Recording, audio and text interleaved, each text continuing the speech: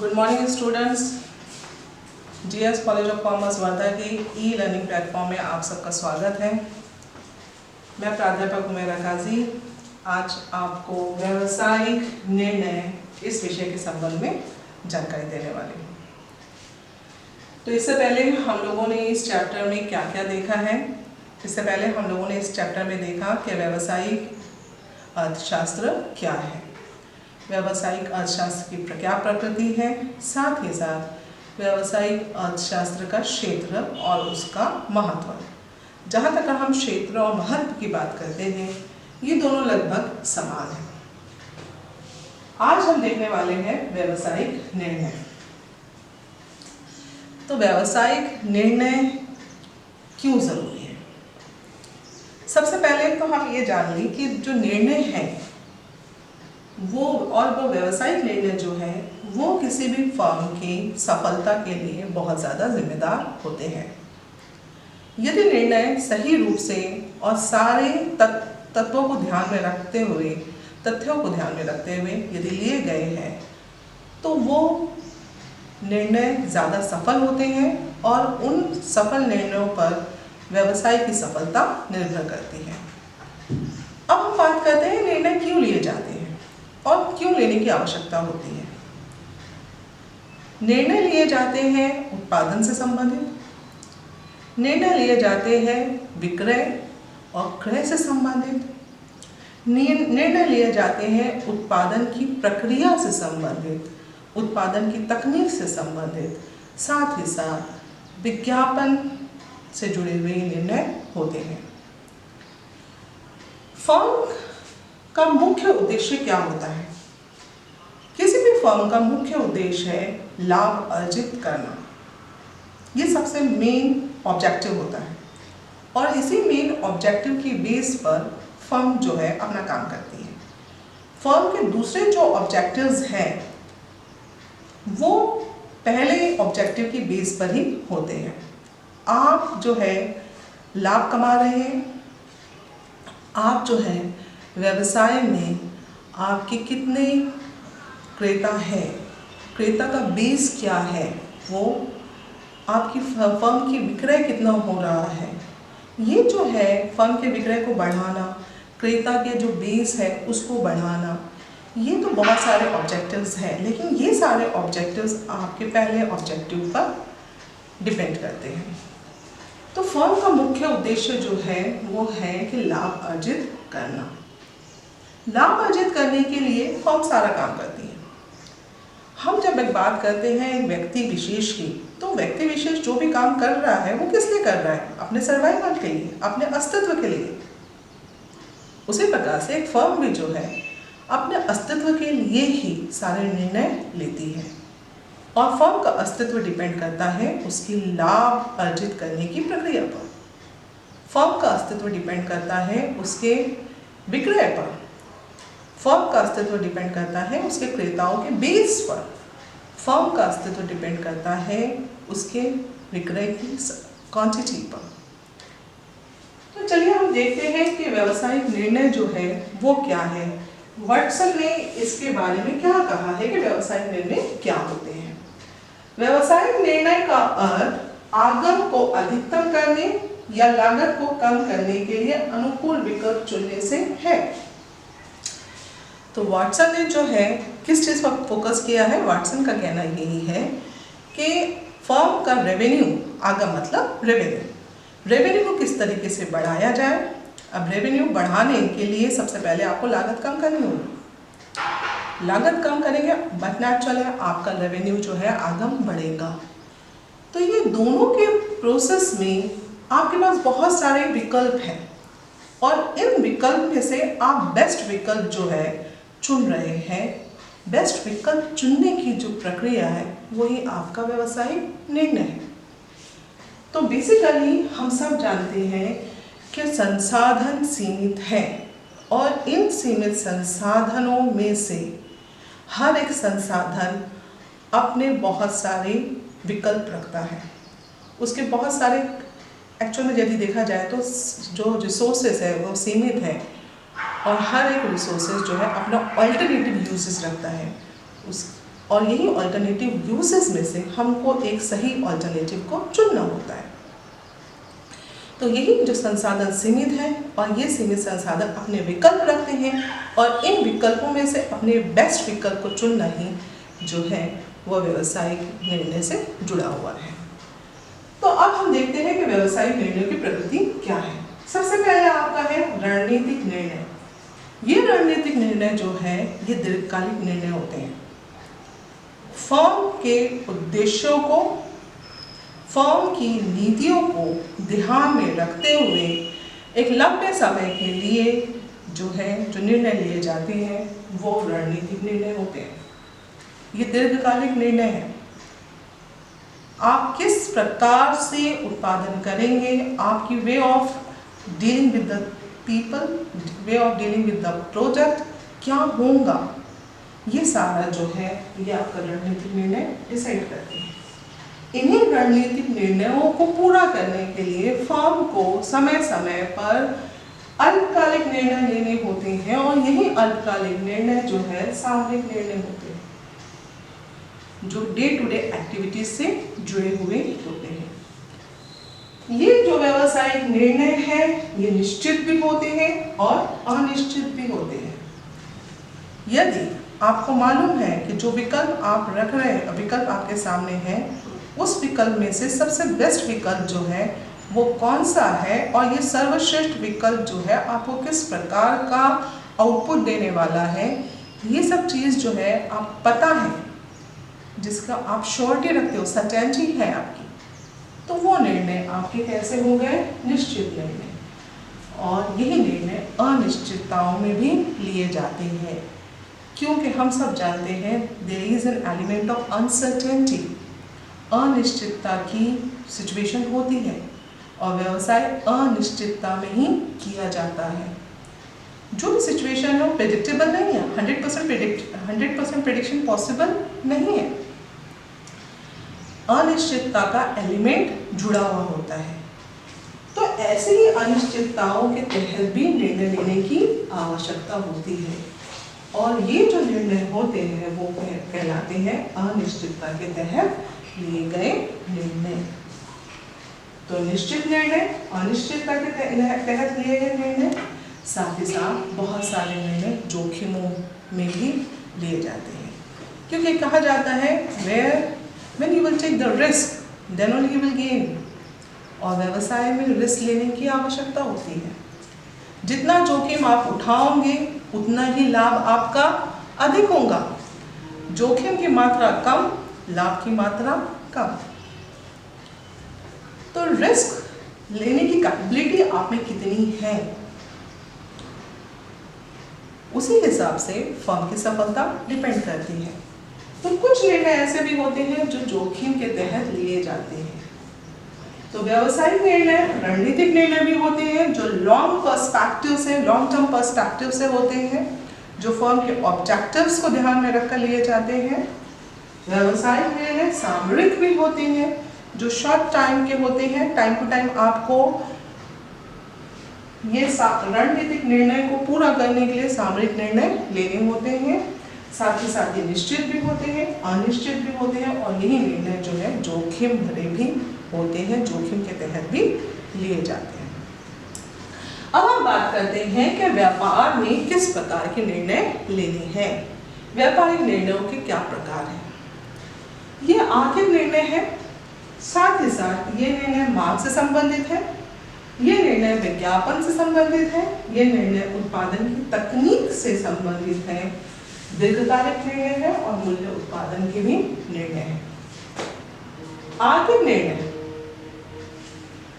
निर्णय जो है, एक फर्म को ये देखना होता है, फर्म को ये डिसाइड करना होता है कि for what will be the course of action, for whom we have to produce, what will be the way of production, किस प्रकार का उत्पादन करना है, किन के लिए करना है और किन संसाधनों के उपयोग से ये उत्पादन करना है।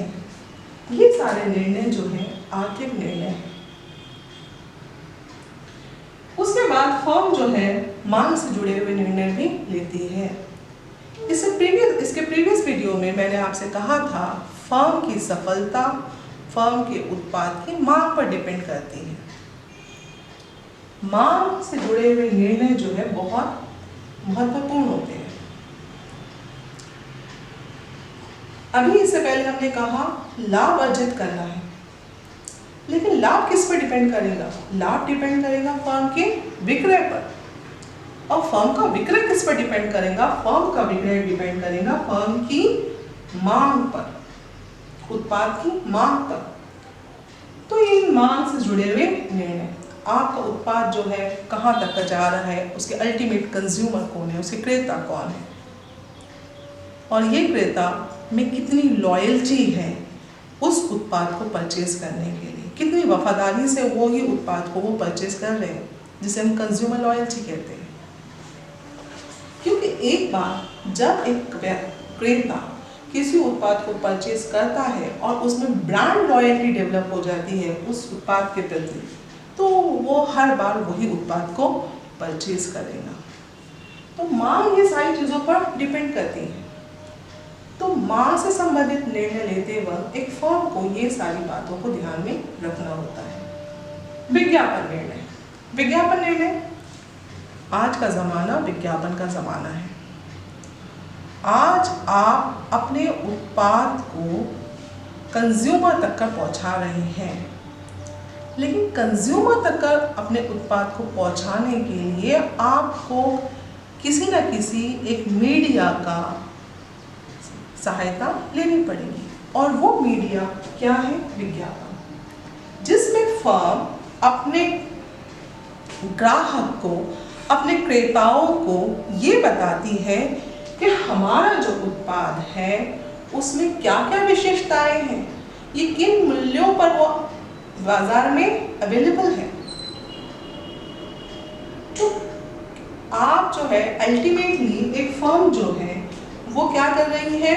फर्म जो है वो विज्ञापन से जुड़े हुए निर्णय ले रही है, जिसमें फर्म ये बता रही है कि मेरा उत्पाद जो है उसमें ये विशेषताएं हैं, ये मेरी जो वस्तु है, मेरा जो उत्पाद है, ये मेरे कॉम्पिटिटर से 10 गुना अच्छा है और इसके मूल्य भी कम है। ये फर्म विज्ञापन के माध्यम से ग्राहक को बता रही है। तो उस वक्त विज्ञापन का मोड कौन सा होगा? मतलब विज्ञापन करने के लिए फर्म किस प्रकार के विज्ञापन की, किस प्रकार के मीडिया की सहायता ले रही है? टीवी मीडिया है, न्यूज़पेपर मीडिया है, मैगजीन के माध्यम से, प्रिंट मीडिया के माध्यम से हो रहा है, या फिर इंटरनेट पर आप विज्ञापन कर रहे हैं? विज्ञापन का खर्च कितना आ रहा है? जो विज्ञापन किया जा रहा है, विज्ञापन की कॉस्ट कितनी होगी? क्योंकि अल्टीमेटली जो भी विज्ञापन की कॉस्ट है वो एक फर्म किससे रिकवर करेंगी? वो फर्म रिकवर करेंगी ग्राहक से, कंज्यूमर से। तो विज्ञापन निर्णय, विज्ञापन से जुड़े हुए निर्णय। उसी के साथ साथ फर्म जो है, फर्म को निर्णय लेने होते हैं उत्पादन की तकनीक से।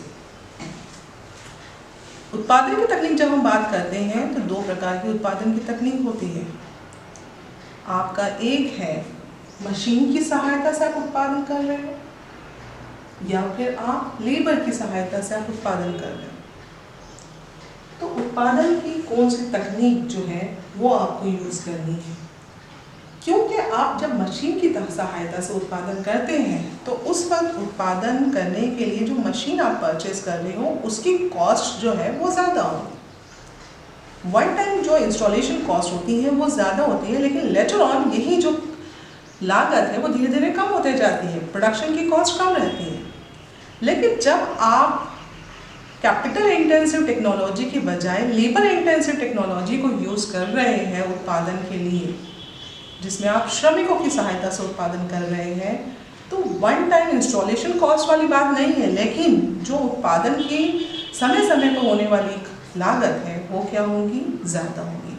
तो तकनीक का चयन, आप कैपिटल इंटेंसिव टेक्नोलॉजी यूज़ कर रहे हैं, मशीन की सहायता से उत्पादन कर रहे हैं, या फिर आप लेबर इंटेंसिव टेक्नोलॉजी की सहायता से उत्पादन कर रहे हैं। तो उत्पाद की तकनीक से जुड़े हुए निर्णय, साथ ही साथ दीर्घकालिक निर्णय। ये वो निर्णय हैं जो लंबे समय के लिए लंबे दृष्टिकोण से लिए जाते हैं, फर्म के इंस्टॉलेशन से प्लांट की इंस्टॉलेशन से हैं, उत्पादन की प्रक्रिया से जुड़े हुए हैं। ये लंबे समय के दीर्घकालिक निर्णय हैं जिसमें एक प्लांट को सेटअप करने से, मशीन के इंस्टॉलेशन से, ये सारे जुड़े हुए निर्णय होते हैं। मूल्य उत्पादन निर्णय। मूल्य उत्पादन निर्णय ये वस्तु के मूल्य से जुड़े हुए निर्णय हैं। जब आप बाजार में वस्तु बेच रहे हैं तो जो ग्राहक है वो वस्तु की तरफ आकर्षित होता है उसके विशेषताओं की बेस पर, साथ ही साथ वो वस्तु क्रय करता है उसके मूल्यों के आधार पर। आपके द्वारा निर्धारित किए हुए जो मूल्य है वो यदि आपके प्रतिद्वंदी, आपके जो कॉम्पिटिटर्स हैं उससे अधिक है तो ग्राहक क्या सोचेगा? ग्राहक आपके उत्पाद को परचेज करेगा या आपके कॉम्पिटिटर के, प्रतिद्वंदी के द्वारा सेल किए हुए प्रोडक्ट को परचेज करेगा। अभी आप एक एग्जांपल ले लीजिए, हमारा जो इंडस्ट्री है, कौन सी इंडस्ट्री? जिसमें आप जो बोलते हैं टेलीकम्युनिकेशन इंडस्ट्री की बात कर रहे हैं। जब जियो मार्केट में एंटर हुआ, उन्होंने अपना उत्पाद फ्री ऑफ कॉस्ट दिया। मतलब जो है इंटरनेट फैसिलिटी जो है बहुत ही कम दामों पर उपलब्ध कराई। जब एक मार्केट बेस बन गया और उसके कॉम्पिटिटर्स जो हैं उसमें वो बराबर आ गया तो फिर उसके बाद उन्होंने अपने जो रेट्स हैं वो भी क्या किए, बढ़ा दिए। लेकिन जब जियो ने रेट्स कम किए तो उसी के साथ साथ दूसरी फर्म्स को भी रेट्स क्या करने पड़े, कम करने पड़े। आइडिया ने भी वैसा ही किया, लगभग एयरटेल ने भी वैसा ही किया। और जो रेट्स जो है कम नहीं कर पाए या फिर उनकी जो कॉस्ट है वो बेयर नहीं कर पाए, वो मार्केट से एग्जिट हो गए। तो मूल्य उत्पादन निर्णय जो है, ये सारे निर्णय इन सब बातों को ध्यान में रखकर किए जाते हैं कि आपके प्रतिद्वंदी की जो है किस प्रकार के मूल्य निर्धारित किए गए। साथ ही साथ आपको ये भी देखना है कि आपका जो उत्पाद है वो उत्पाद क्रय करने वाला जो ग्राहक है उसकी पेइंग कैपेसिटी क्या है, उसका परचेजिंग पावर क्या है। वो एक सामान्य वर्ग से जुड़ा हुआ है, वो निम्न वर्ग का व्यक्ति है, या फिर वो क्रय करने वाला एक उच्च स्तर का व्यक्ति है, हाई इनकम ग्रुप को बिलोंग करता है। कंज्यूमर ड्यूरेबल्स की बात करें या फिर हम कार की बात करें तो कार को खरीदने वाला व्यक्ति जो है वो मिडिल क्लास या फिर अपर मिडिल क्लास को बिलोंग करता है। तो वहाँ पर जो होने वाले रेट्स हैं वो उस हिसाब से आप निर्धारित करेंगे। एक फर्म उस हिसाब से डिसीजन लेंगे उसका मूल्य निर्धारित करते हुए। तो आप भी देखते हो जो कार होती है वो अलग अलग सेगमेंट्स में होती है, बजट सेगमेंट्स की कार होती है, ठीक है। वीआईपी कार्स जो है उसके रेट्स भी क्या होते हैं, ज़्यादा। तो बात यही होती है मूल्य उत्पादन निर्णय लेते वक्त फर्म को ये देखना होता है कि आपका ग्राहक कौन सा है, उसकी पेइंग कैपेसिटी क्या है। साथ ही साथ पेइंग कैपेसिटी के साथ साथ आपको ये भी देखना है कि आपके कॉम्पिटिटर ने उसी उत्पाद का कितना प्राइस, कितना मूल्य निर्धारित किया है। तो एक फर्म को मूल्य उत्पादन निर्णय इस दृष्टिकोण से भी लेने की आवश्यकता होती है। तो एक व्यावसायिक फर्म किस किस प्रकार के निर्णय लेती है, ये निर्णय कैसे होते हैं। ये रणनीतिक निर्णय है, ये सामरिक निर्णय भी है, निश्चितताओं में लिए निर्णय है, अनिश्चित परिस्थितियों में लिए गए निर्णय हैं, जोखिम के तहत भी लिए गए निर्णय होते हैं। ये निर्णय मुख्यतः फर्म क्यों लेती है, आर्थिक निर्णय है, मांग से जुड़े हुए निर्णय हैं, विज्ञापन से जुड़े हुए निर्णय हैं, उत्पादन की तकनीक से जुड़े हुए निर्णय हैं, साथ ही साथ मूल्य और उत्पादन से जुड़े हुए निर्णय हैं। तो इस चैप्टर में हम लोगों ने क्या क्या देखा, हमने देखा कि व्यावसायिक निर्णय क्या है, व्यावसायिक अर्थशास्त्र क्या है, व्यावसायिक अर्थशास्त्र की क्या प्रकृति है, साथ ही साथ व्यावसायिक अर्थशास्त्र का क्षेत्र क्या है, उसका महत्व क्या है, और जो आज हमने टॉपिक कवर किया वो है व्यावसायिक निर्णय। व्यावसायिक निर्णय के साथ हमारा ये चैप्टर कंप्लीट होता है। इसके बाद हम दूसरा चैप्टर देखेंगे पहले यूनिट में, वो है व्यवसाय की social responsibilities of business. Thank you.